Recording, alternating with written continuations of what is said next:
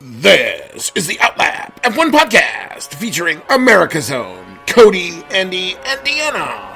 Your one-stop shop for Formula One news, insights, race previews, and reviews.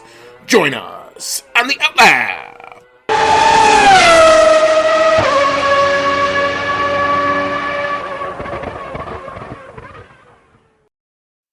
Well, that certainly was a thing, wasn't it?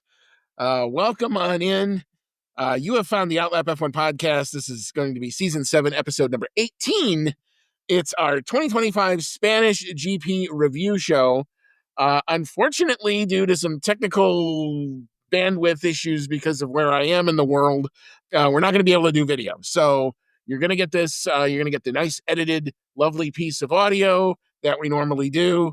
But we're going to try to do our best to give the same wit and same reaction. And we're just not going to have the facial expressions tonight. But we'll be back next time for Canada, I promise. You've got Andy, and I'm along with Cody tonight.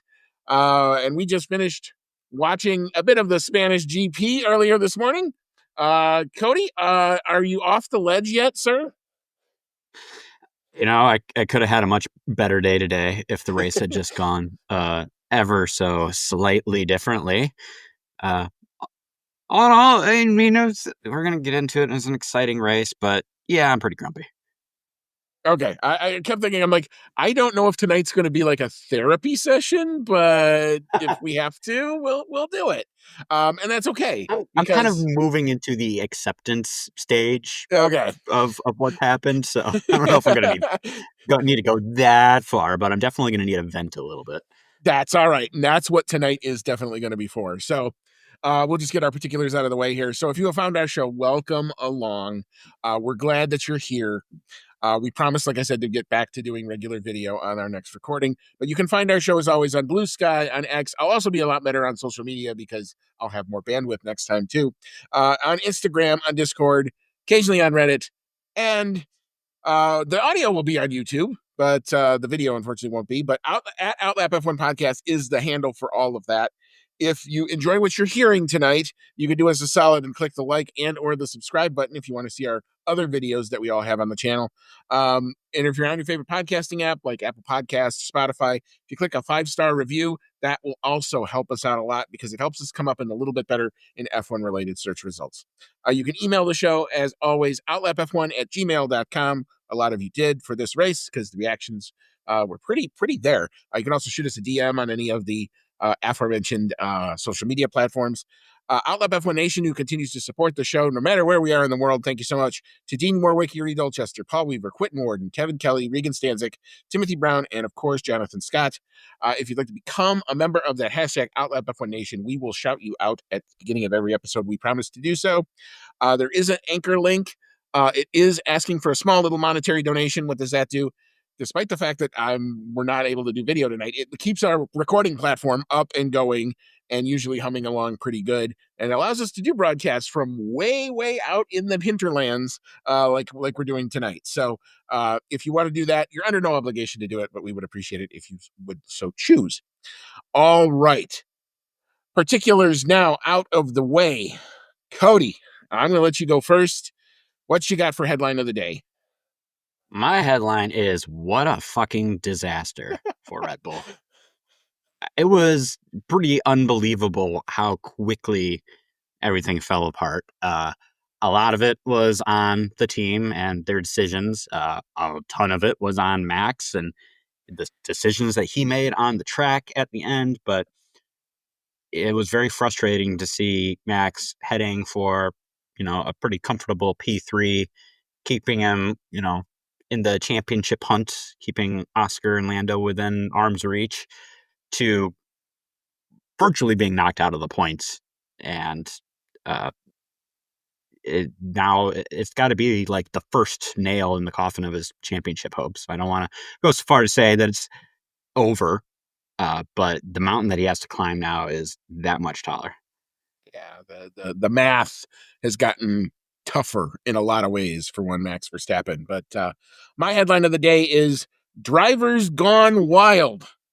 The thoughts on the entire weekend all changed because of two stories, basically. One, when we learned why Lance Stroll ended up missing the race, and we're going to talk about that because that's amazing and also quite disturbing, but not necessarily surprising given what we know about Lance Stroll. And then it changed again. The entire tenor of the race changed on the safety car at lap 55, where the dark side that we've talked about many times on this show that Max Verstappen has, that he tries to contain, that he's done an amazing job in 2023 of almost never letting out, came out.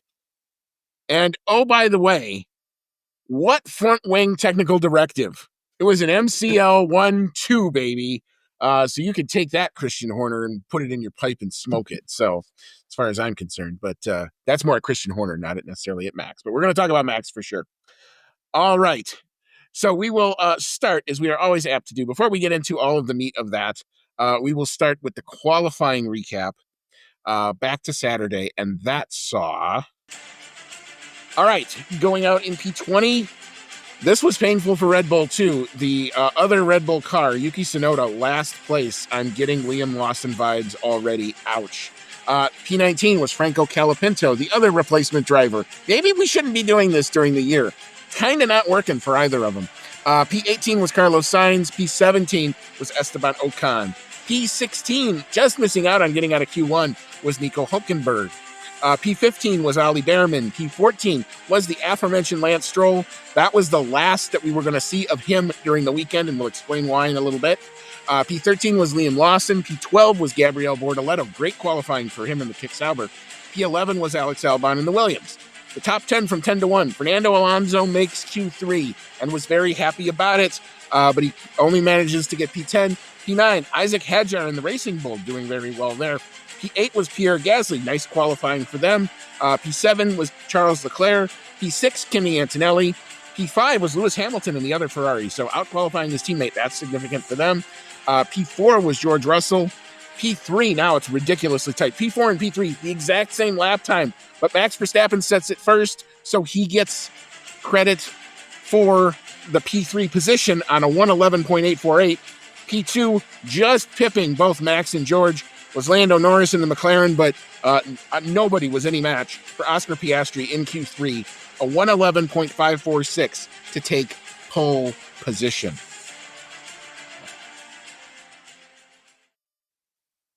All right, Cody, my man, big thoughts here in the qualifying. Biggest thought has to be that the flexi front wing thing was all turned to dust after qualifying this time out. Anyone who thought that that was going to change the pecking order and maybe take McLaren down a notch was silenced, because we had a McLaren front row lockout. We had the biggest gap for pole to next best so far this season. Lando Norris didn't quite get out as front as Oscar Piastri, but Piastri had a fantastic pole run. The lockout made it really hard for anyone else who wanted a little bite at that, like Max Verstappen. Made it all that much harder. It's ominous. I'm starting to think that this is kind of what we're going to be looking at for the foreseeable future. Yeah, I mean, the only negative, if you're a McLaren fan, is Lando making more mistakes in the last pole run yet again. He had a really good first sector, had a very, very average middle sector, and that proved to be the 0.2 difference. When Oscar Piastri just decided to ramp it up, and then he went purple, purple, purple in basically all three sectors, and that was pretty much all she wrote for qualifying, at least in terms of pole position. But Max had tried to bring his thing as much as he possibly could there.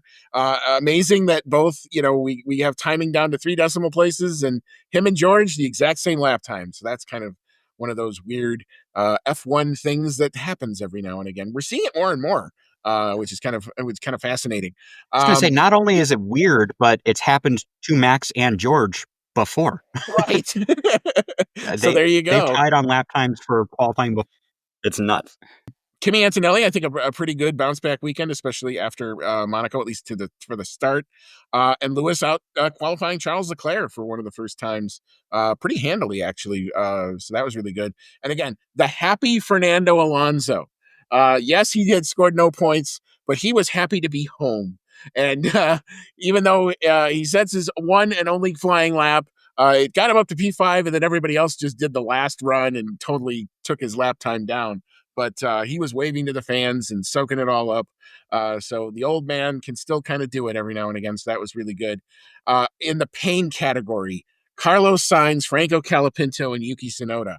Wow, wow, and wow. Not what you would expect there. Apparently, it's come out, I think, in some Red Bull circles that what they tried to do with Yuki was they went on a vastly different setup to Max to try to see, okay, if we go 180 degrees different from Max, what works? Well, whatever they did, it didn't. So only good for P20, even though Yuki thought he got the most out of the lap. The helmet Marco shots in the pit lane were aplenty at the end of Q1. All right. Any other thoughts in qualifying before we move into the race? How much longer do we think we have before we get a switch between Isaac Kadjar and Yuki Tsunoda? Oh God. I've already seen the post saying, please don't corrupt him. Leave him alone. He's happy there. But yeah, you gotta wonder. The desperation keeps apparently mounting. And if you look at when we get to the constructors, you're gonna see why. What we have been fearing is coming to fruition for Red Bull in spades a bit. But before we move into the race, overnight it was announced. Actually, I was on the road while this happened, and my phone, interrupted me and said that Lance Stroll will need to have surgery on his wrist and was unable to participate in the race. And your first thought is, well, that's bad for Lance Stroll. He's probably been dealing with that for a while. He's had the wrist problems before. And then the story by Andrew Benson came out from the BBC this morning, kind of said why. And this is a quote from his article. It says, the Canadian is said by sources to have damaged equipment in the garage and sworn at team members after being eliminated at the end of the second qualifying session where he was 0.535 seconds slower than teammate Fernando Alonso. Apparently, he also didn't go to the FIA scales with all of his equipment, and he had to be reweighed later in order to not be disqualified. So that apparently is why he hurt his wrist. He was punching stuff. Um, just completely unacceptable behavior. I don't care who owns your team. Um, yeah, that's just so bad on so many levels. And um, even his own team principal, I think early Saturday morning, as I was trying to listen to the pre-race stuff, the guys in Austin, Texas, got a really good interview with Mike Crack, the team principal of Aston Martin, and he was not pulling any punches, and he was not covering for Lance Stroll. So for a Lawrence Stroll-owned team, this is a bit of a shift, and you have to wonder now, given everything that's going on, one, if Lance Stroll is out, who's going to drive for Aston Martin in the second car because there was no second car here in the race, and two, is finally time running out on the golden boy, the golden child, Lance Stroll? Cody, what's your thought on all of this? Well, I think it's pretty ridiculous that this even happened in the first place, but it is not the first outburst like this that we've seen from Lance Stroll. We've That's seen him true. get physical with his team members in the garage before, which was equally disturbing and something we tore apart when it happened before. Yeah, imagine he's doing this because he's feeling the pressure. He's not performing well. He's driving a pretty crappy car, and he can't hold up to Fernando Alonso. But really, how many people can? But yeah, these type of outbursts are not professional. They would not be acceptable if literally anybody else was doing that. He's just got that extra bit of security because Daddy owns the team. And it was really bothering me too that they originally were rolling with the story of this is remnants of his injuries before, where he fell off his bike and broke his wrist, and he came back too quick and it didn't have enough time to heal. And yeah, maybe part of that is true, but I hated the fact that that was the story that was being rolled with at Right. first, and then Right. you find out that you're giving him way too much credit. Yeah. uh, That and then some. Because I actually felt bad when I read it. When I see the breaking news, I'm like, oh, that sucks. You know, he must have been yeah, in a that's lot why of it's so pain. frustrating. And then you realize why he's in so much pain. Well, he kind of sort of did it to himself. Hmm. Uh-huh. Anyway, well, we'll see where this goes. I mean, the problem that they have Their reserve driver is Felipe Drugovich. The next race is supposed to be the Canadian Grand Prix in 2 weeks. They don't have a reserve driver because Felipe Drugovich is supposed to be in France to race Le Mans that weekend. So, things that If make I you was go, him, I would take the Le Mans car anyway.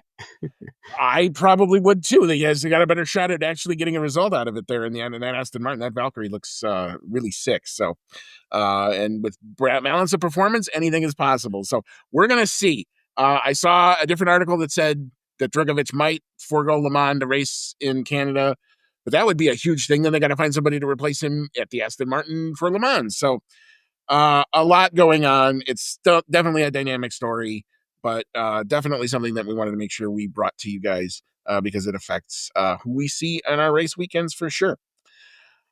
Bring back Seb for a race. You never know. I mean, well, he'd have to do some neck strengths. I'm sure his neck is nowhere near Yeah, ready to do that, but he goes but really well in he's been there Canada. before. It would be fantastic to see, even though it would not be a competition, it would be fantastic to see Alonso and Vettel in the same team for just a one-off. That would be so fun. It's absolutely not going to happen, but it would be fun. I can hope. I would call that the voice of experience duo right there. But yeah, we'll see. We'll continue to follow this. I'm sure this is not the last chapter of what is now a full-fledged thing for the Aston Martin folks. And we will continue to watch it, and we'll bring you what happens when it happens. All right, so we will now turn our attention to the Sunday race, which had plenty of talking points with it. We shall start with the back markers. The two back markers, one, not so surprising, other than the fact that he kept running out of front wings. I don't think he has any more front wings left. They're going to probably have to make a new one now. Alex Albon and the Williams just kept finding people to collide with. So he had a very unfortunate day. He actually got a 10-second penalty, which they served with the broken wings still on the car, send him back out for a lap, and then came back and retired the car. So not a good day for Alex Albon in the Williams for sure. Less good of a day was Kimi Antonelli in the Mercedes. Yet another Mercedes engine. This is now the second race in a row after the long stretch of never having any sort of reliability problems. Mercedes engine go pop and no more for that car after 54 laps. We will talk about what that safety car did to the rest of the field and how it changed the race on its head when we got going with 6 laps to go. P17 was Ali Behrman. P16 was Esteban Ocon. P15 was Franco Calapinto. P14, unable to get very far forward, was Carlos Sainz and the other Williams, so no points for Williams here. Surprising given how well they had been going. And P13, at least it's not in the back anymore, but Yuki Tsunoda at least gets somewhat of a result.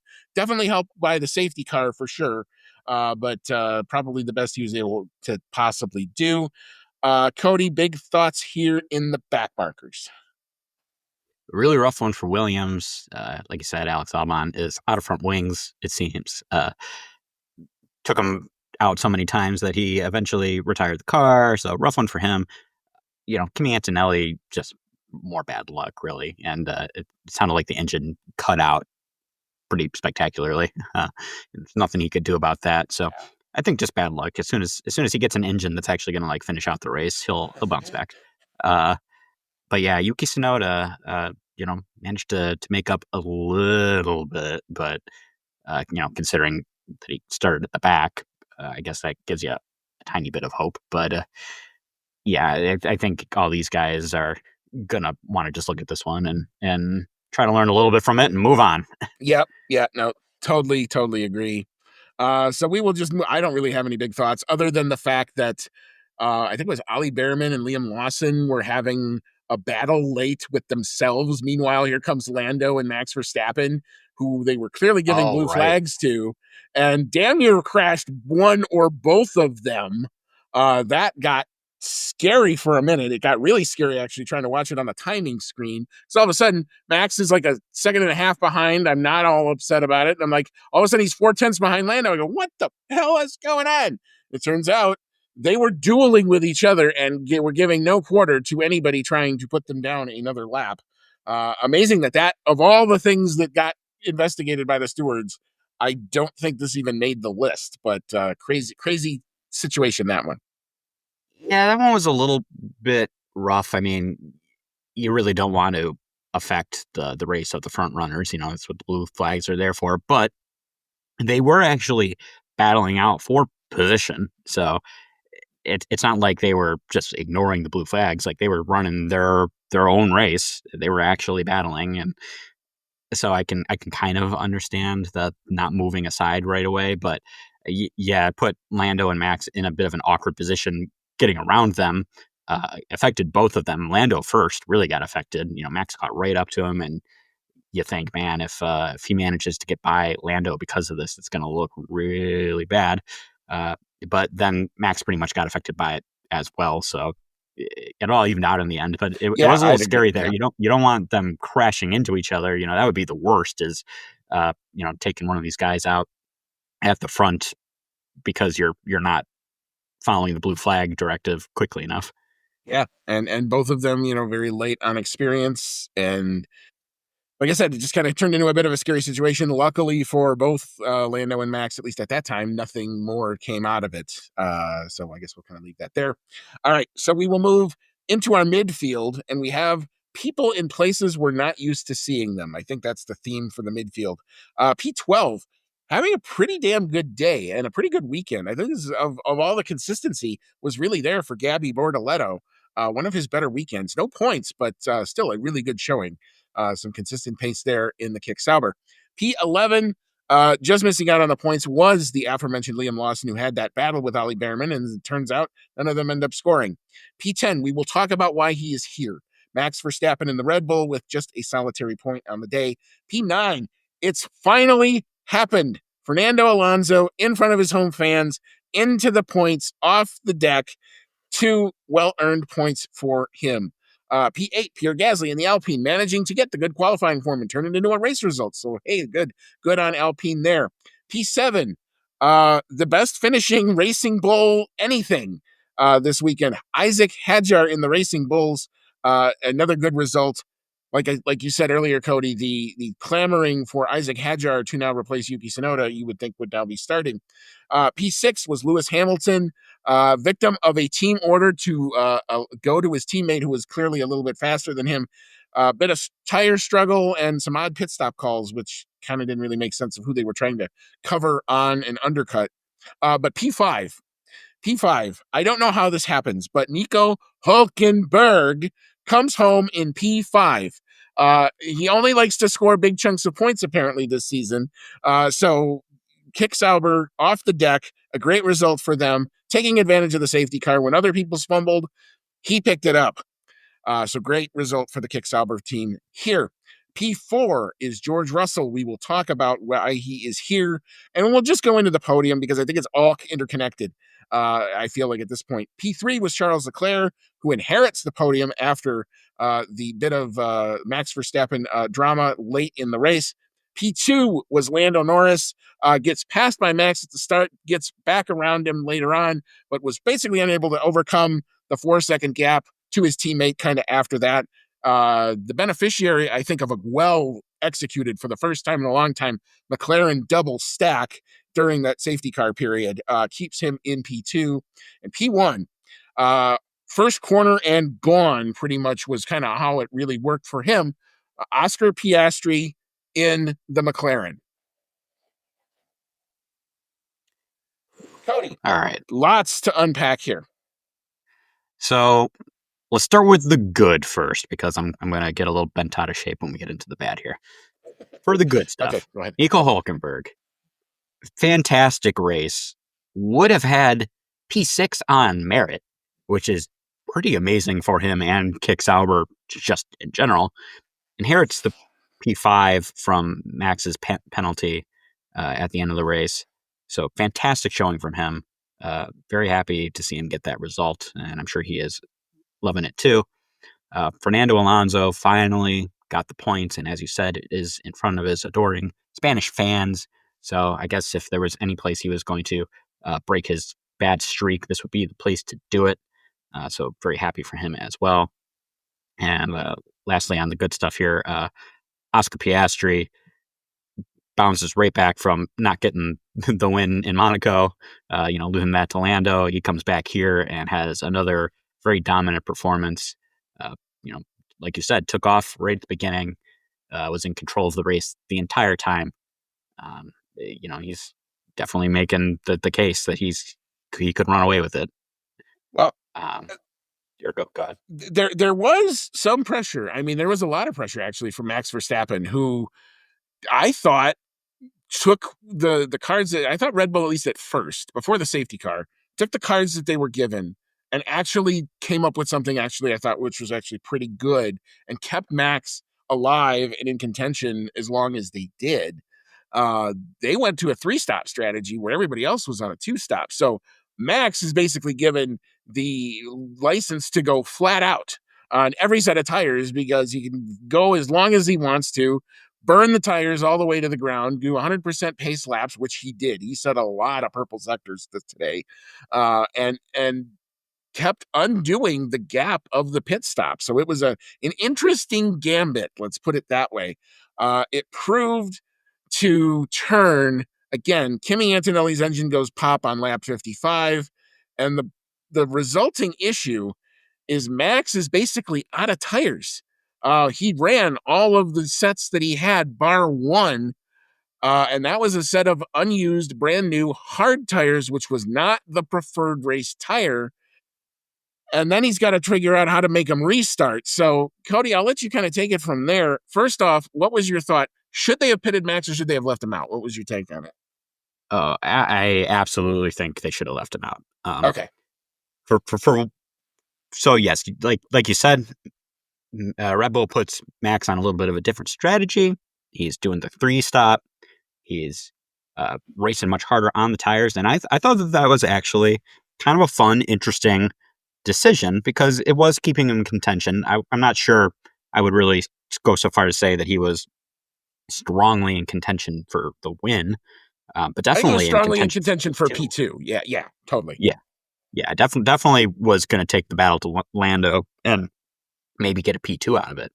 At the very least, was going to be well on the podium. I don't think before the safety car that Charles had anything for him. George didn't really have anything for him, and I thought it was a good strategy because Red Bull has kind of struggled at times this year on tire life. It was very hot in Spain, so I'm sure they were burning through those tires pretty quick. So I thought that was a good strategy, and I was very impressed with it up until the safety car, which just Until destroyed everything.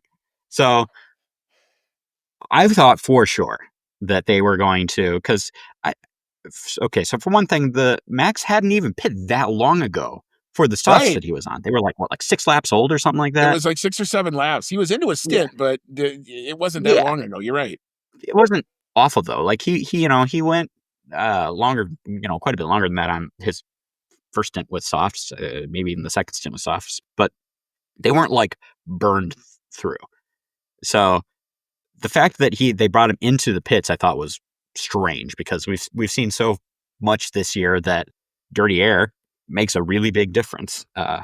He might have, and this isn't exactly the easiest track to pass on either. So I thought he would have stood to benefit even having used tires, at least being at the front at the restart. It's not like it's a standing start. He would have gotten to control the pace at the start.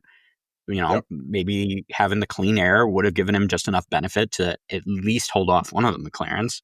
And he probably would have ended up still kind of around P2, P3. I figured that was the more calculated risk. Instead, what they do is they see both the McLarens coming in, pitting for fresh sauce, and they bring in Max as well. And at first, I'm seeing it coming down the pit lane, and I'm thinking, okay, well, maybe you're not going for the win. You just want to defend your podium, whatever. But then I had the same reaction that Max had. They put him on the hards, and I'm like, what the hell? Like, has anyone run the hards this race? Like, I don't think so. I don't think anyone's really run the hards all weekend because they think it's going to suck. And yeah, lo and behold, he comes out of the pits and he's like, what tire are these? What did you put me on? And they're like, oh yeah, these are going to be the hards, Max. And he's like, why on earth did you do this to me? Why did you put me on the hards? And the reaction and the And response is because that was the only tire they had. They had burned through their but entire other allocation. Now, again, that's why I agree with you. I think they should have kept them on the softs. yeah, if that's all you've got left and you have like no data on it, like nobody is using it because it's gonna suck, like, a restart where everyone is on better tires and there's only like a sprint to the end here. Like, this is not the time to find out if that hard is going to do anything. So I thought that was a really stupid decision, honestly.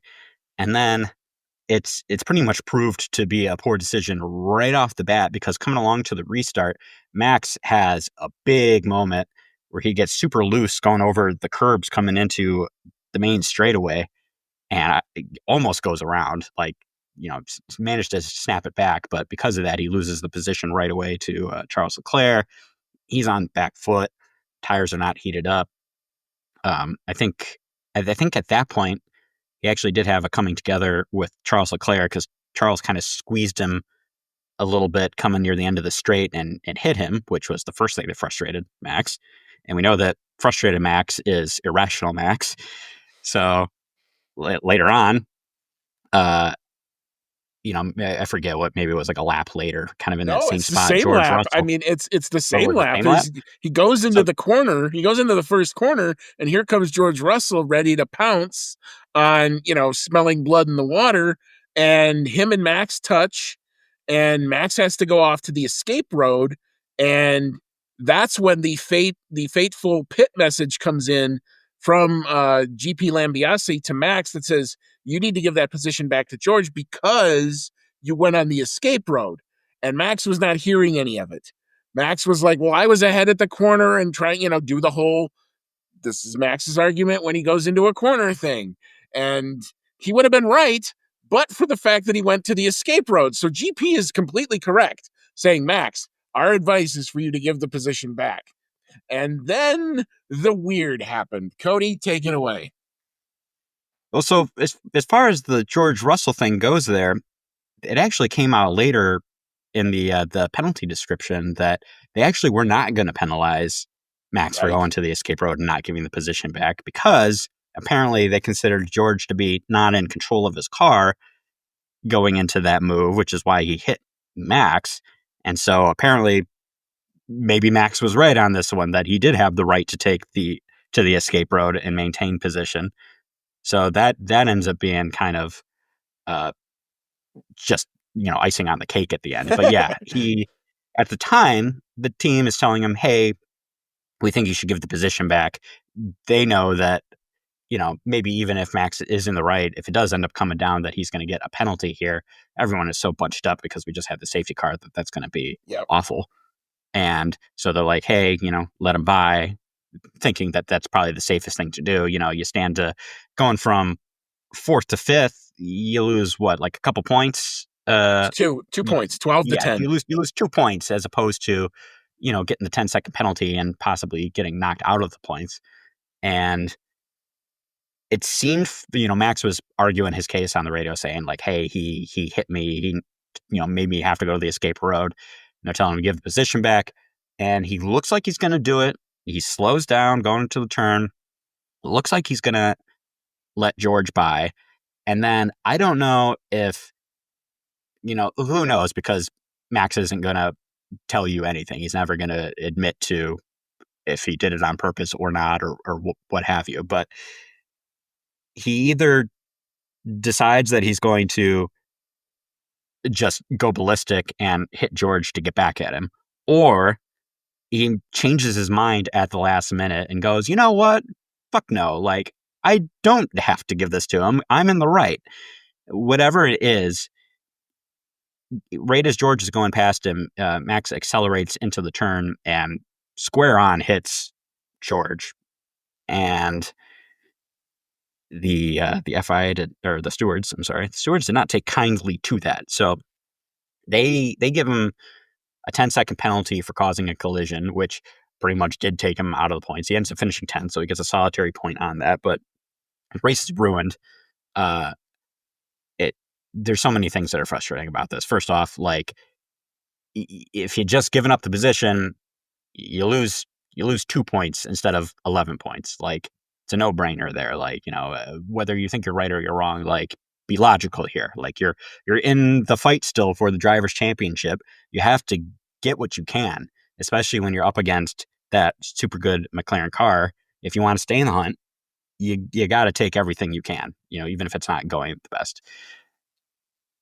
But Yeah. then, Oh, go yeah, ahead. Sorry. or yeah, go ahead. No, I mean, I'm with you. I mean, it was. I think myself and I think everybody who was watching it was just kind of shocked of what we were watching because he does look like he's going to slow down. And then again, we will never. You're right. We're never going to know what was actually going through his head. Um, whether it was just a slew of irrational decisions that all kind of came to a head, or if it's intentional, then in my opinion, he got off light with just a 10-second Yeah, penalty. exactly. As Because it yeah, or go ahead. Oh, I was going to say, as it is, he picks up 3 penalty points on his license, bringing him to 11. And the next penalty point that's going to rub off of his super license doesn't happen until after the Austrian Grand Prix. So for the next 2 races, Max has got to be on his bestie behavior because any little thing that causes a penalty point is a race ban. We've seen this before. And if uh, this race gets ruined, you can only imagine what a race ban is going to do to any sort of driver's championship hopes. I mean, he made his life a lot harder with a split-second decision. And like I said, we're never going to know for sure if it's intentional. I mean, Nico Rosberg on the international broadcast was absolutely throwing firebombs, saying Max should have been black flagged for that. I think because we don't know and you can't infer intent, I think the 10-second penalty is probably the best we're going to get with the data that we have. Like I said, it's not like Max then went off and said something that, yeah, I did it and penalized me. He didn't pull a George and say, fuck it. I'm just going to, challenge you to throw the book at me. And then the stewards would do so. But the fact of the matter is, yeah, this is a decision that just made his life a lot harder. And it's the first time I think in like 2.5 years that we've really seen Max Verstappen blink. Yeah, he did kind of have that moment. What was it in Hungary last year, where he had that coming together with Lewis, Yeah, where yeah. I he mean, seemed to be he's kind of had breaking he's under the had hot pressure. moments before. That's true. But I mean, this one where like it was all on him. Like that was even in the context of he was trying to make a move. Maybe he was a little out of control, and probably was a lot out of control. With that. But this seemed like I said, if this is premeditated, that's just talk about just completely shooting yourself in the foot. Yeah, it's just crazy. Yeah, I've seen some commentators saying that maybe he should have gotten a drive-through penalty, referring to the precedent of when Sebastian Vettel Yep. ran into Lewis Hamilton under a safety car on purpose, and he ended up getting a drive-through along with 3 penalty points, I believe. Uh, as you said, because of the way this went down, it's a little cloudy as to how much intent was there. I still think he probably, if he had gotten a drive-through penalty, I would have not been surprised, and I wouldn't have not really called it unwarranted. It ended up not really making a huge amount of difference anyway. It would have made the difference between 1 point and 0 points Correct. for him, really. But whether it was intentional or not, the fact that he chose right there, like, he might have even been able to get back by George, like, get those hard tires, like, heated up, get back by him. It's just Yep. there's no way to spin this as like a neutral thing. It's all around a bad thing that he did. It Oh, was and it's either, totally on Max. Yeah. yeah, it is 100% on Max. Yeah, it was stupid. Whether it was intentional or not, it was stupid. It was a very frustrating day to be a Max Verstappen fan, because it's like, I still think that Max Verstappen is the best driver on the grid, and I love the accomplishments he's achieved, but yeah, I can't look at this and be supportive of it. Like, Right. it was Right. stupid and aggressive and not a good way to go racing, and he deserved everything that happened to him. And like you said, now he's right on the cusp of a race ban. Now, to be fair, we've seen a lot of drivers get right up to that, just before race ban, and it seems like the FIA starts to uh, be a little more lenient with awarding penalty points because they don't want to give you the ban. They did end up doing it to um, they did end up doing it to Magnussen, but I think that ended up being because it was going to be a long time before he was going to uh, Oh, start those losing penalty some of those penalty he points, and he was being pretty egregious. he had something like a year Yeah. before some of those penalty points were going to come off. And he racked up So so many in Miami at the last year's Miami Grand Prix that it was almost ridiculous. Like it's like he was almost yeah, better to get it out of the way, like he ended up doing to reset right. it back to zero than to try to be on his bestest behavior. But this is, if we have the result that the front wing thing didn't change the pecking order and McLaren is still fast, and yeah, Red Bull maybe have bridged the gap a little bit on some of the race pace, but if they can't do it in qualifying, it might not matter type of thing. And even though he got past Lando early, the tire deg was so bad. It was the classic thing that we saw that they had to go to that three-stop strategy to try to counteract it.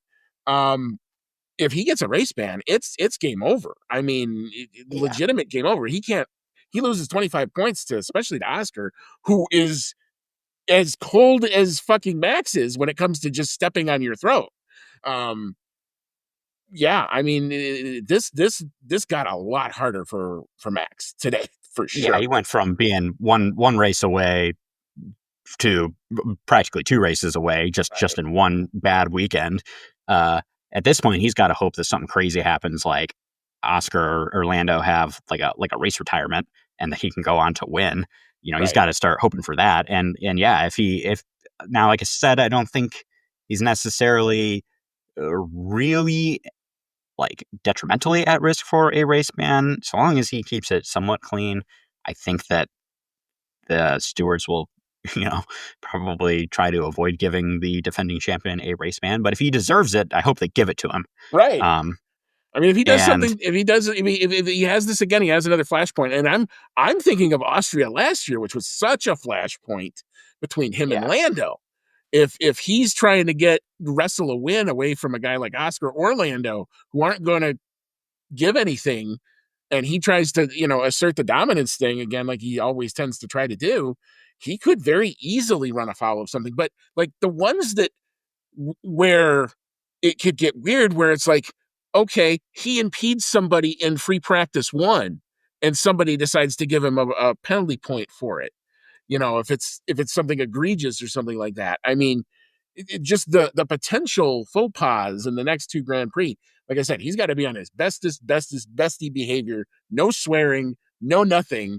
Um, go hold court in the paddock if you have to, when you're on camera this week or the next two race weekends, because yeah, like I said, it's just crazy how quickly the math went south in the span of a 6 lap window in the Spanish GP that I thought up until then he had done a great job in. yeah, that to me is, out of all of this, that is the most frustrating bit, is that he was on track for a P3 at worst. Letting the gap only open up by an additional 10 points.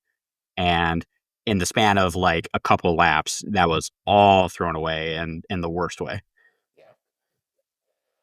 All right. Well, I think we have probably beat this horse to death. I don't know what else Yeah. there is really to talk about here, other than, like I said, Charles Leclerc. Nice podium. Thank you for falling on that. He inherits that.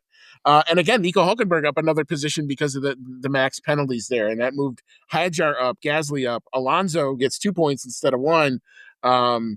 So other people, Max's losses, other people's gains. But anyway, I guess we will leave this here. We will come back. We're going to take a quick break. We'll re-rack. We'll come back. We'll tell you what this did to the points. It is glaring what the difference is compared to where we were just one scant weekend ago.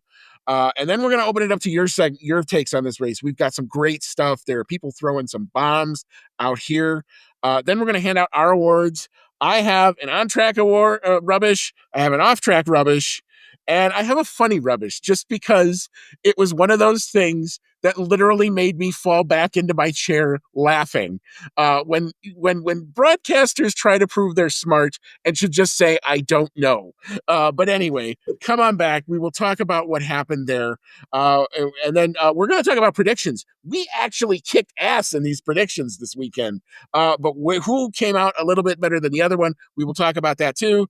And then we'll set up a little bit for the Canadian Grand Prix, close this out. But anyway, come on back. We're going to get into all that in just a little bit.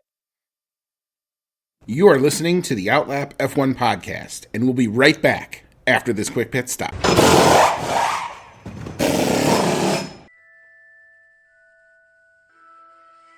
Grab your flu powder, broomstick, or apparate to your favorite audio streaming service to join the discussion on Hogwarts, a podcast, where Dan and his friends have in-depth chapter-by-chapter breakdowns of each Harry Potter novel. Join the group as they dive into the magical world and discuss plot points, analyze character development, and occasionally go off the rails. Whether you're a muggle who's new to the series or a pure-blood wizard who won't need a remember-all, Hogwarts, a podcast, brings everyone to the Great Hall for a magical discussion. Hogwarts, a podcast, available wherever you get your podcasts. All right, welcome back on in. This is season 7, episode number 18 of the Outlap F1 podcast. It's our 2025 Spanish GP review show. You've got Andy, and I'm along with Cody, and we are, unfortunately, like I said before, sans video tonight due to some bandwidth issues with my mobile internet, but so you can blame me for that. But you will see our lovely mugs next time for our Canadian preview, we promise. We just wrapped up talking about a very eventful and drama-filled Spanish GP for a race that usually sometimes is very much either like strategic or for, sometimes it's just a procession. This one had a whole bunch of stuff happen in it, so we just recapped all that. We're not going to take a look at what all that did to the drivers and constructor standings. There is a big shakeup in both of those. So, Cody, if you want to do the drivers, I will handle the teams, as always. Right. In first place, it is still Oscar Piastri. He opens up his his championship lead just that little bit more with his win today. He's in first with 186 points from McLaren. Lando Norris staying as close to Oscar as he can, though, with that great P2 finish today. So he's in second in the other McLaren at 176 points. Max Verstappen still in third place, but only getting a single point this weekend. He falls quite a bit behind the McLarens after this one. So he's in third for Red Bull at 137. So I think that's now 49 points out of first place. Like I said earlier, definitely quite the mountain to climb if he wants to stay in the championship hunt. Fourth place, George Russell and the first Mercedes at 111 points. So actually catching up to Max just a tiny bit. Charles Leclerc, we didn't really talk a whole lot about him during our review, but he manages to be in the right place at the right time and get a podium out of this. So Charles Leclerc, fifth place for Ferrari at 94 points, and just behind him is his teammate Lewis Hamilton in the other Ferrari in sixth place at 71 points. Kimi Antonelli continues a little bit of a string of bad luck this weekend with his retirement, but he is still in seventh place in the other Mercedes at 48 points. Alex Albon, another driver who is probably hoping to leave the Spanish Grand Prix behind and not think about it ever again. He's in eighth place for Williams at 42 points. Isaac Hadjar, the second best scoring of anybody in the Red Bull Formula One family at 21 points in ninth place. So, Isaac Hadjar doing all the good that he can. It is a little frightening to me that the gap between Max and any other Red Bull Formula One driver is over 100 points, and that it's also not Yuki Tsunoda in that spot. But, I guess more power to Isaac there. Ninth place, 21 points for Racing Bulls, and then 10th place, Esteban Ocon. Haas pretty much had a rough one this weekend. They seemed to alternate between glory for a midfield team and just hanging out at the back. But Ocon still holding on to 10th place for Haas at 20 points. So looking at the constructor standings, McLaren, Mercedes continue to open up on basically whoever wants to sit in P2. They are up to 362 points on the season. The best start for them in a lot of years. It's pretty scary. P2, new contender here. This is now Ferrari. They have overtaken Mercedes based on the results today. Ferrari is up to 165 points, so good on you, Charles Leclerc, and Lewis Hamilton scoring too as well. Put Ferrari in P2 in the constructors. P3 is now Mercedes. They are up a little bit, but only with one car scoring, up to 159 points on the day. P4 is now Red Bull Racing Honda. They are up to 144 points on the day with only the solitary point to show for their efforts this weekend. P5 remains Williams despite no points today. They remain solidly in P5, I would say. P6 is now the Racing Bulls team, thanks to Isaac Hadjar and some good results there. They are up to 28 points. P7 continues to be Haas. Not always sure how they do it. Sometimes I keep talking about it, the smoke and mirrors, but yet results. They're still in P7, right on the heels of the Racing Bull team with 26 points. P8, this is where the changes happened. Nico Hulkenberg is dragging Kick Sauber off the deck. They are now up to 16 points. A 10-point day for them moves them up 2 positions in the constructors. P9 is Aston Martin. They're actually tied with Kick Sauber on 16 points, but Kick Sauber gets them on countback because Nico Hulkenberg's results are better than Lance Stroll and Fernando Alonso's results. And it's nice to say that it's not no longer just a Lance Stroll party at Aston Martin. And P10, despite the good result for Pierre Gasly today, it does nothing to get them out of the basement. That is Alpine, who find themselves now in last place, but still up to 11 points. All right. So you have heard our takes on a lot of what happened in the Spanish GP. There was probably so much we couldn't get all of it. We didn't really talk about the Ferraris too much because they had some inter-team battles with amongst themselves. Lewis Hamilton had some radio messages that seemed kind of odd, questioning his team. I guess that's kind of the normal go, but I guess we'll kind of leave that there. But now it's time to hear your takes on what you saw this weekend. It's the fan email segment. We've got some great stuff here. Cody, it is your time to shine. We will start with the formula who wins the race and got it in just under the line to beat Dave Doherty and Rachel Fleming. And we also have one from John chiming in today as well. So, Cody, take it away. All right. As you said, our first email comes in from the formula. Thank you, Mr. Formula. And I do got to say, I read these a little bit beforehand, and I really like this one. It is short, it is to the point, and it is filled with points that I completely agree with. So, formula says, yikes. Well, it is crystal clear that Oscar is cut from a different cloth than Lando. He is the coolest of all the cucumbers. Yuki stinks. Nico rocks. Max is a firework I'll always appreciate, even when he's wrong. The end. Yep. Pretty much every point I agree with there. I wish Yuki didn't stink, but he does at the moment. Nico Hulkenberg dragging the Stake Sauber team to the heights that they haven't seen in a while. So amazing that he made it up to P5 from this one. I like your comment about Max here. Yes, Max is a firework. He has an explosive temper sometimes, but when he is good, he is unstoppable, and he can extract more out of car than I think any other driver can. I do appreciate him no matter what, and he is my favorite driver. But today he was very wrong, very, very wrong with his on-track behavior. He has earned the appropriate penalties for it. I mean, 1 point, almost at a race ban. I don't like it, but I think it's fair. And yes, going all the way back to the top here. Now, Lando is still in it, definitely. He's only 10 points out from Oscar. But I think the way that they approach things is very, very different. Lando is definitely much more outwardly emotional, prone to beating himself up when he doesn't do a perfect job. And yes, Oscar is cool as ice. Even when he wins, he is still cool as ice. He's definitely got that ruthless streak in him as well that I think is a pretty important part of becoming champion. You need to be willing to, what are the phrases? Crack a few eggs, step on some feet, all those things like that. I think Oscar is definitely more the type to get that side of things done. Um, yep, the coolest of cucumbers. Well, I mean, and you're absolutely right about Oscar, because just rewind a little bit back to qualifying. The first run in Q3, Lando got a bit of a what Oscar called cheeky toe from his teammate.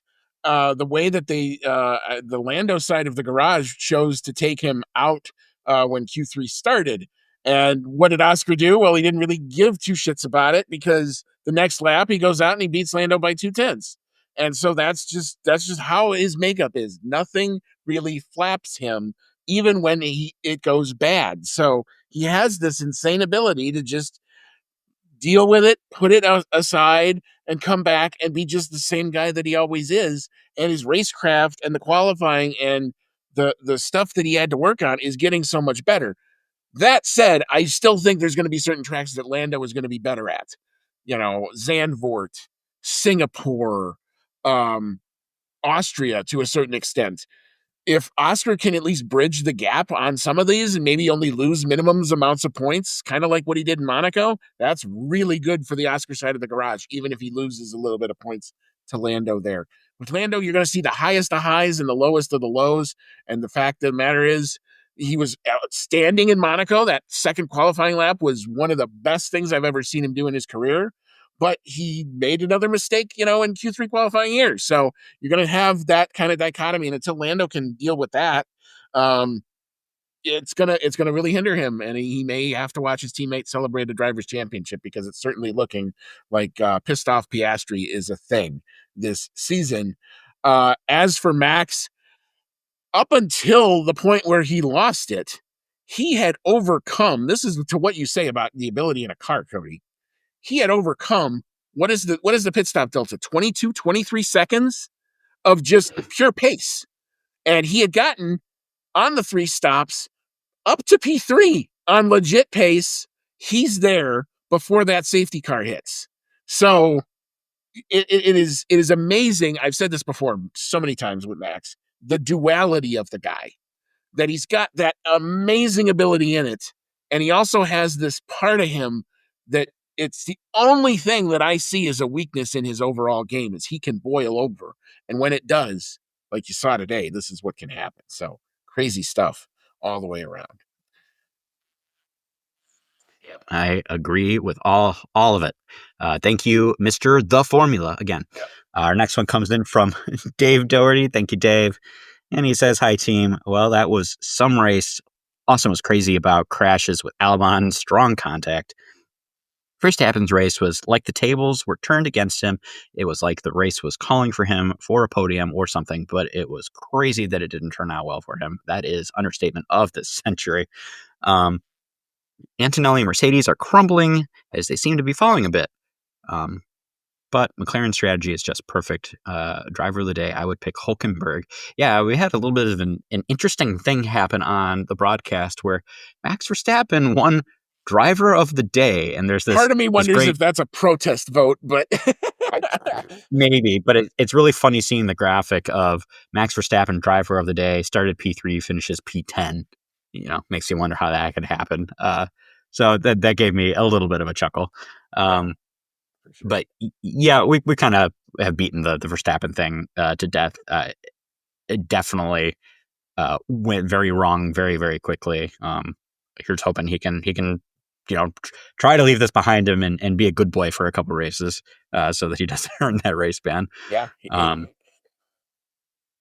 wouldn't go so far as to say that Mercedes are crumbling. They have fallen a few points behind Ferrari for the moment, but I wouldn't necessarily say that is like all on the strength of the car and the team. I mean, Russell is still Mr. Consistency. Another P4 here. I'm not sure he was really in contention to get the podium, even with Max falling out of it. But he got really good points. I think a lot of the fall behind has been down to Antonelli, and even with that, it hasn't really been all Antonelli's fault. A lot of it is just that they're having some reliability issues at the moment, and those it's weird to see it happening over a couple races because we've gotten so used to the rock solid reliability of these engines, but it's bound to happen, and as soon as they get a new engine in that car, and hopefully this one sticks around for a little while, I'm sure we'll see him bounce back. Yeah, I mean, to me, it's interesting that you see Mercedes, the hotter it gets, the worse they tend to do. And it just makes you wonder if the engine reliability issue is somehow down to the cooling that they're using versus what McLaren I know are using for cooling, for versus what Aston Martin are using for cooling. So if there is a chink in the overall Mercedes armor, I would say when it gets hot, they're still good over one lap, but their race pace just isn't really there. And if they now the good news is they're going to a couple places that aren't necessarily as warm as Spain. They're going to go to Montreal next. It can be hot. It can also be cold and wet. And if that's the case, I would expect them to be just right back into it like they've always been this season. So I'm not super worried about the Mercedes lack of form the last couple races. Um, it's kind of almost what I would have expected given, their temperature kind of sensitivity there. We've beaten the Max thing to death. I've kind of said everything I wanted to say. I was glad that McLaren finally did a double stack. How many times have we used to say they shy away from that type of thing? They didn't do it here, and it worked, and it kept Lando in front of Max. Now we didn't realize at the time that Max was putting on a set of new hard tires that were going to cause all the kerfuffles, but going into that, I was going, guys, you got to nail this double stack, and for the most part, they did. It was a little slow because Lando came in a little bit hotter than I think the team were anticipating, but the fact is they got it done. So good teamwork there for sure. Yep. I agree there. Thank you again, Dave. Our next one comes in from Rachel Fleming. Thank you, Rachel. And she says that was a brilliant ending to the race. I thought it was a pretty good race overall with different strategies throughout. At one point, I thought Max had it in the bag, then McLaren hit back, and then the safety car happened and all hell broke loose. Max lost his head. There's no doubt about it. Maybe Russell overcooked it, but when Max snapped back at the team and then hit Russell, we all knew he was in big trouble. I was slightly surprised by a 10-second penalty because I thought it would be a drive-through and a grid drop for Canada, but it was all caused by Red Bull putting him on the hards. Personally, if that was all they had left, they should have left him out and let the others overtake him that way. He was doomed either way. Alonso Watch, points, finally, and at his home Grand Prix. Yes, he went into the gravel at one point, but he is off the mark for the season. Sauber Watch, oh my God, Nico. Not only did he overtake the Ferrari of Hamilton, that would have been humiliating for Ferrari. He got 5th place, which is the best result the team has had for years. Gabriel Bortoleto also did well, especially in quali when he got to Q2. I pray Red Bull do not put Hadjar in the main car. It is poison now. In fact, if Lawson doesn't improve, as punishment, they should put him back in the seat. And finally, if Lance Stroll is out for a while, I have another name that Aston could put in the car, Bottas. He is the reserve driver for a couple of teams already, and barring the grid drop he would get, he could do okay in the Aston. So, yeah, a lot of opinions there, Rachel, that I totally agree with. I actually forgot that Nico Hulkenberg overtook Hamilton on track and how amazing that was because I was so frustrated by the whole Max thing that I forgot about that part. But yeah, that was awesome to see. Maybe not for Hamilton fans, but it was really a testament to how strong Stake Sauber was at this track. And I really don't even know what it is. Like, they haven't been great this season at all. And then for some reason here, they looked much better. So I don't know. Maybe they actually got some kind of benefit from the flexi week thing. Who knows? That's possible. That's totally possible. Yeah. So yeah, but they've bounced back. Great result for the Hulk. Yeah, great result for Alonso getting points. I'm not. I think the 10-second penalty and the whopping 3 penalty points was probably punishment enough for Max. I'm not sure that they would have given him all that and then a grid drop for Canada. I think that would have been a little over the top. I think what he did here was not egregious enough to carry over to the next race. I mean, you can make the argument that he should have gotten a drive-through. I would maybe agree with that. And a little more on the extreme side, you could even maybe make the argument that if it was provable that it was on purpose, that he deserved disqualification. Um, but that still would have only been pertinent to this race. So yeah, I think carrying over the punishment to the next race for this one would have been a little over the top with everything else he got. But um, yeah, it's definitely worthy of harsh punishment. I'll give it that.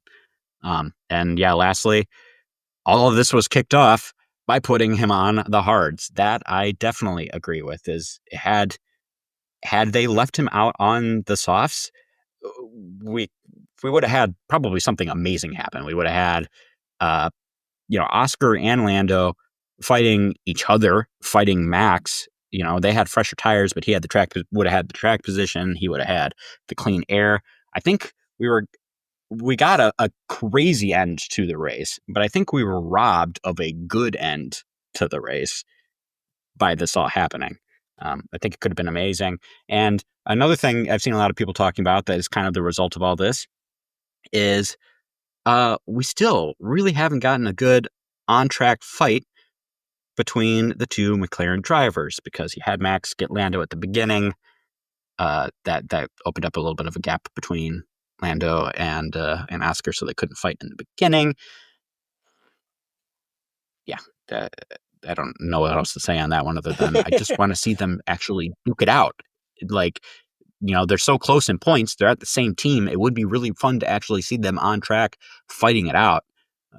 But for whatever reason, they just haven't. We've gotten through a third of the season, and the on track battles between the two of them are like non-existent.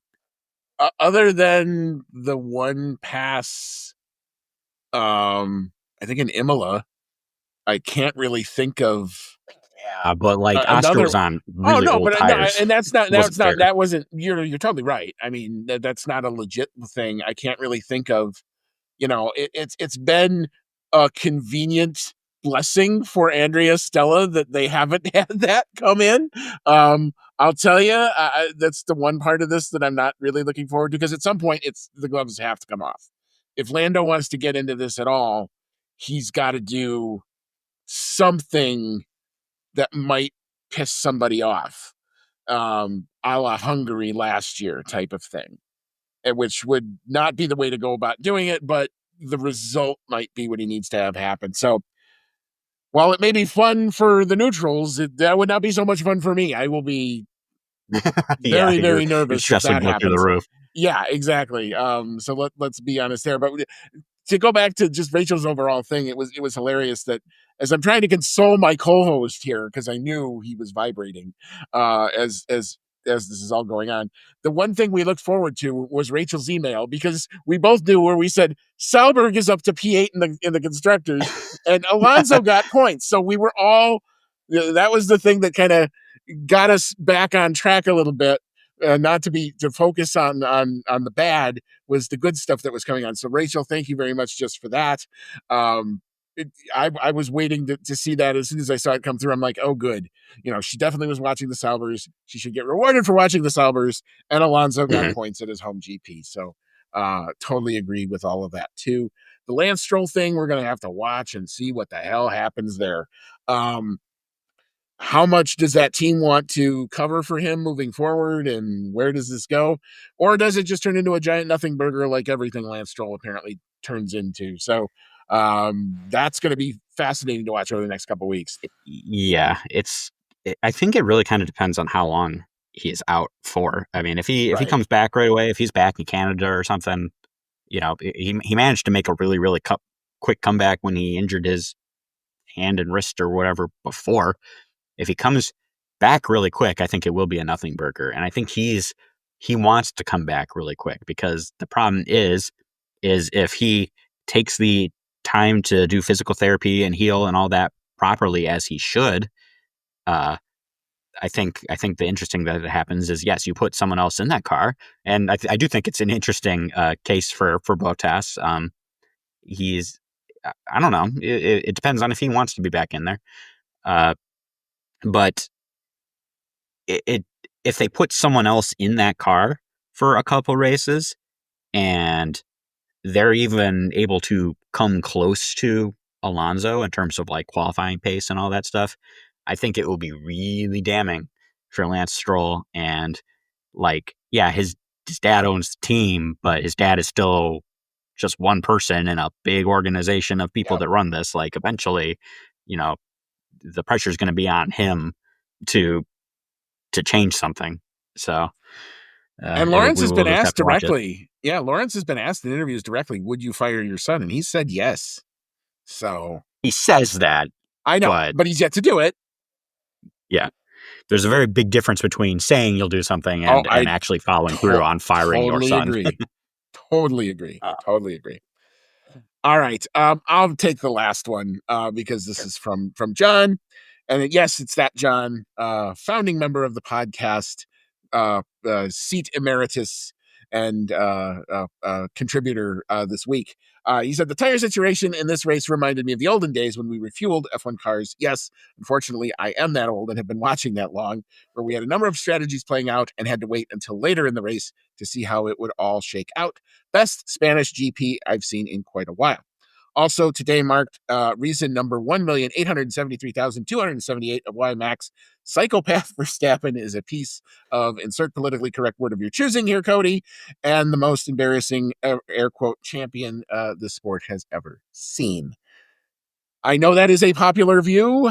Like I said, when it comes to Max, I am always perplexed by the duality of the guy, that he has this amazing talent, and yet he also has this streak in him that is the one thing.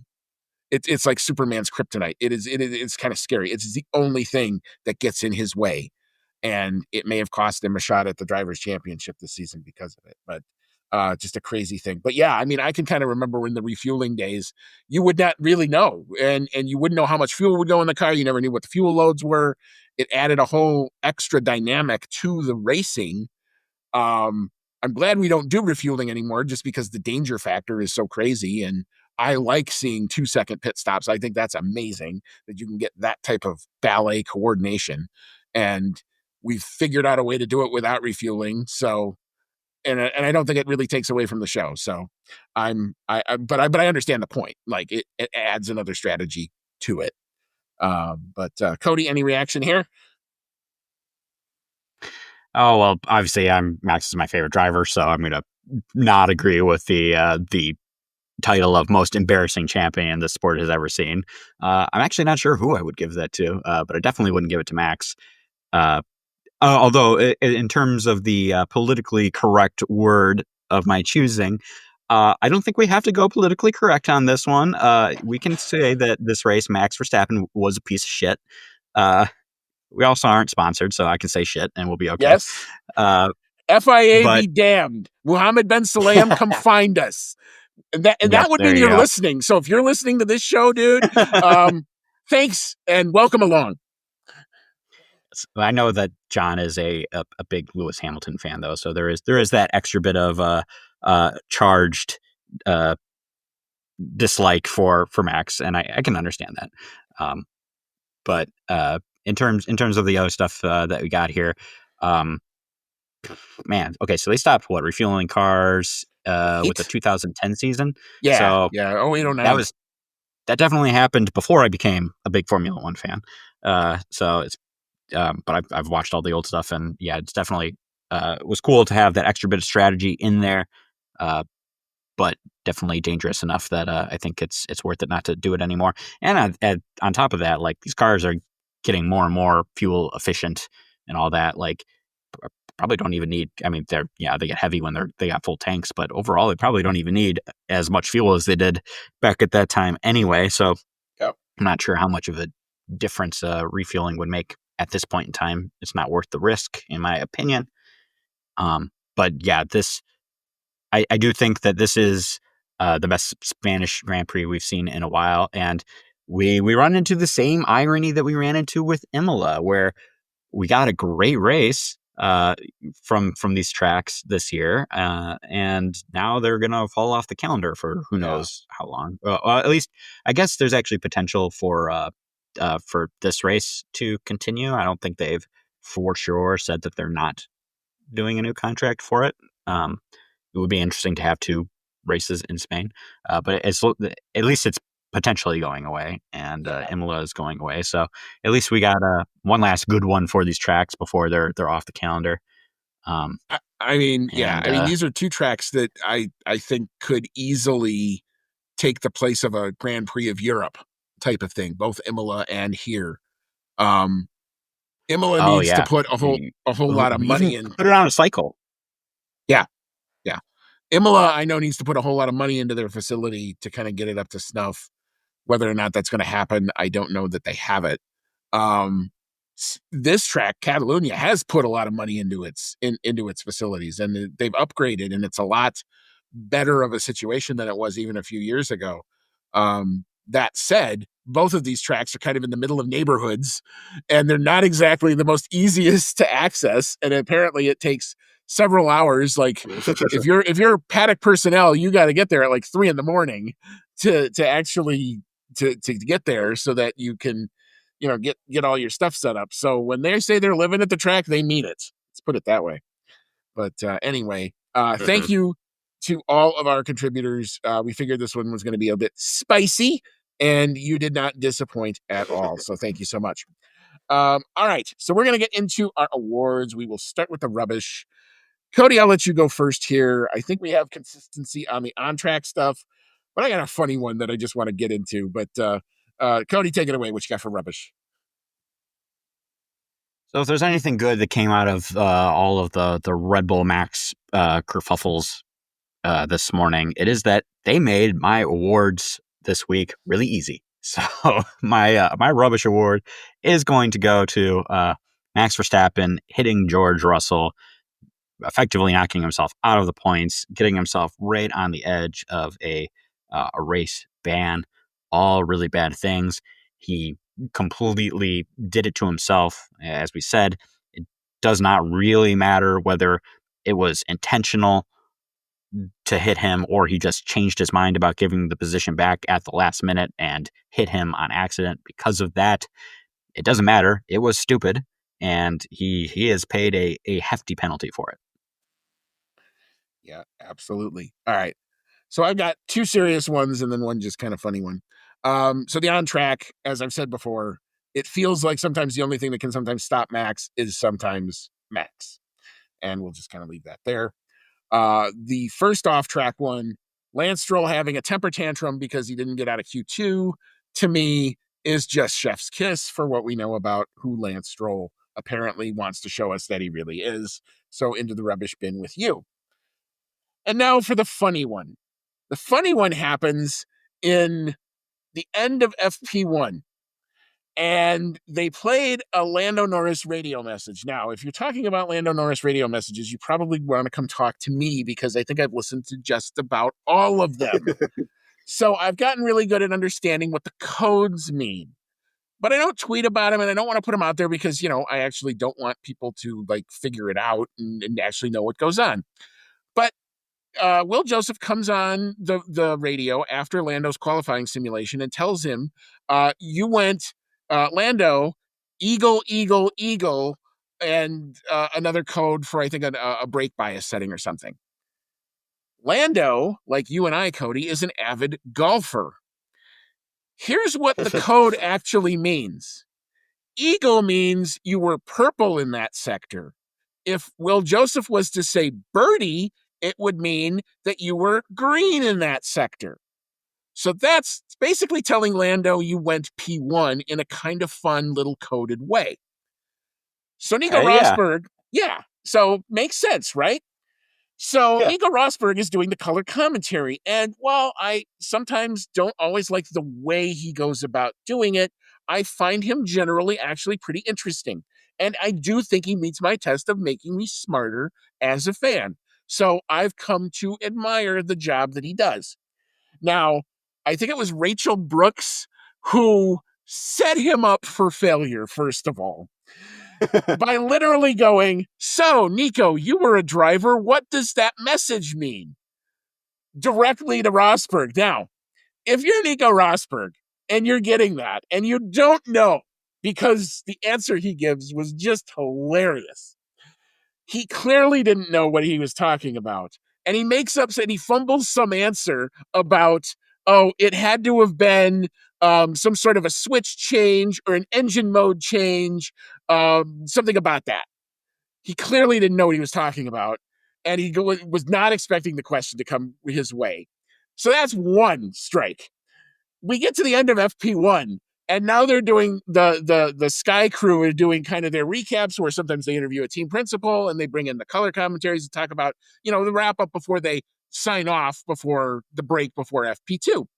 And Simon Lazenby also asked Nico Rosberg directly about the same thing, and Nico doubled down on the same wrong answer.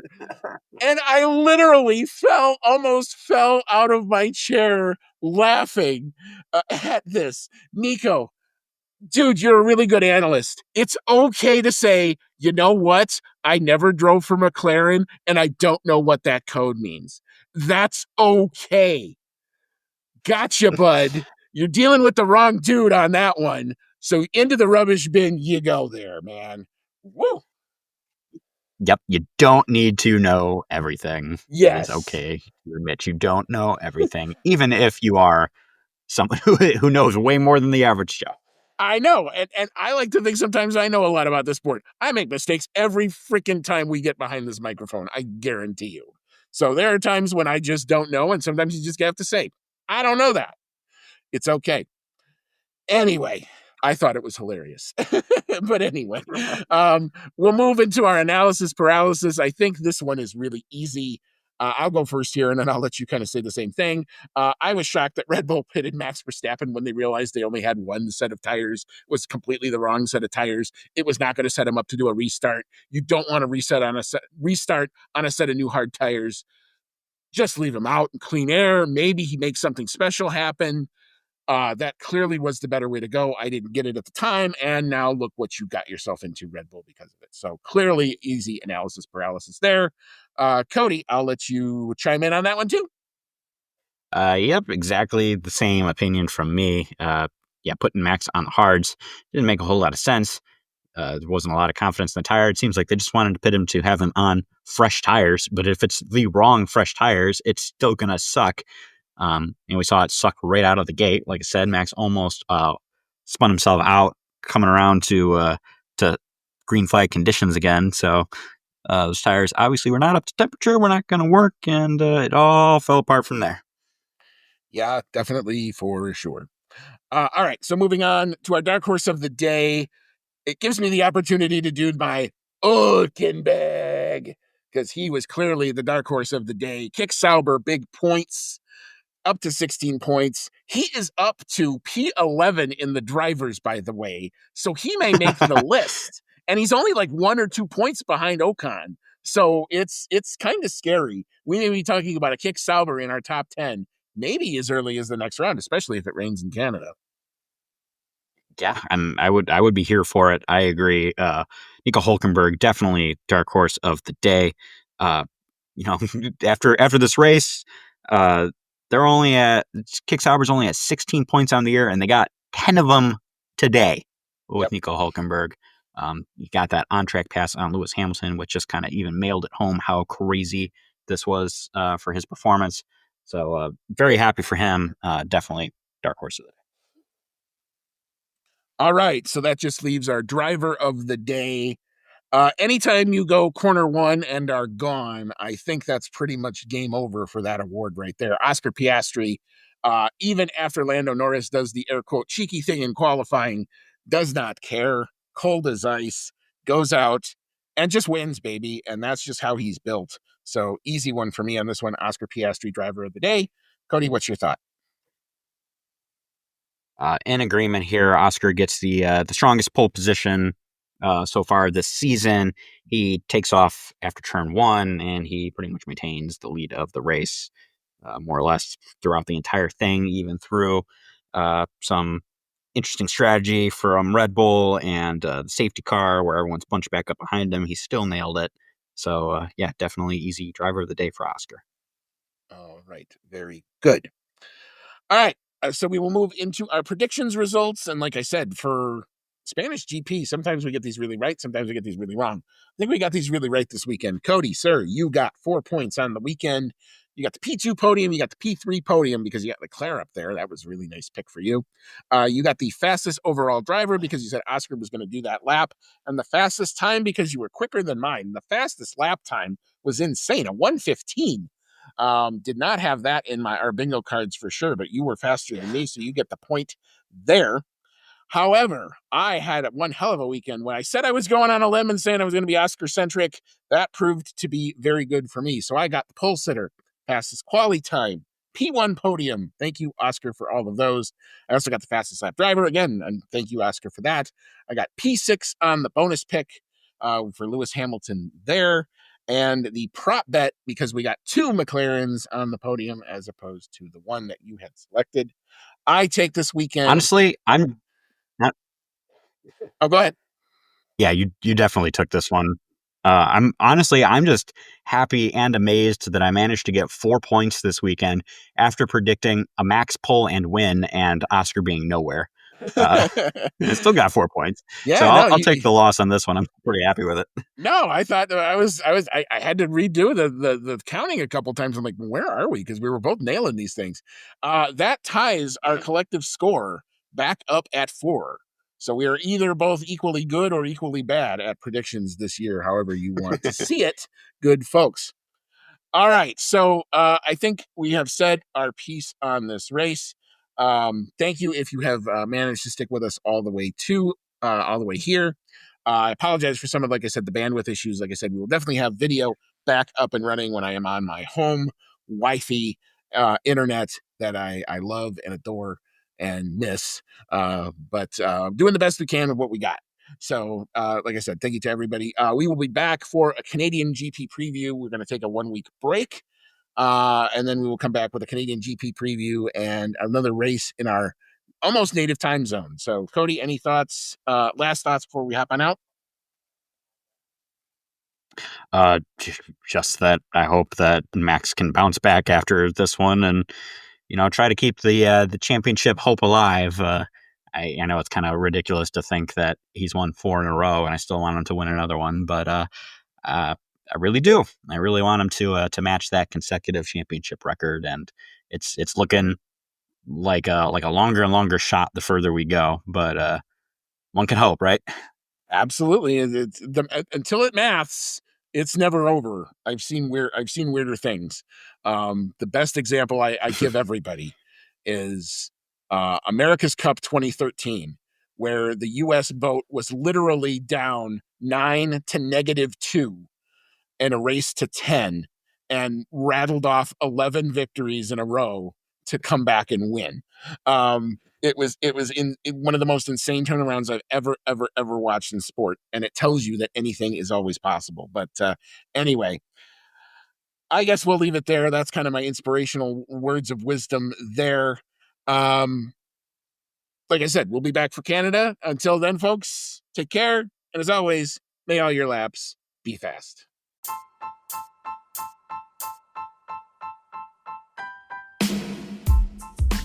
Thank you for listening to today's episode of the Outlap F1 podcast. If you like what you heard, click that subscribe button and be sure to leave us a 5-star review. If you want to connect with us outside of the show, check out our website at www.outlapf1.com. Find us on Twitter and Instagram at outlapf1podcast or email us at chatnow@outlapf1.com. As always, thank you so much for your support, and we'll see you on the next one.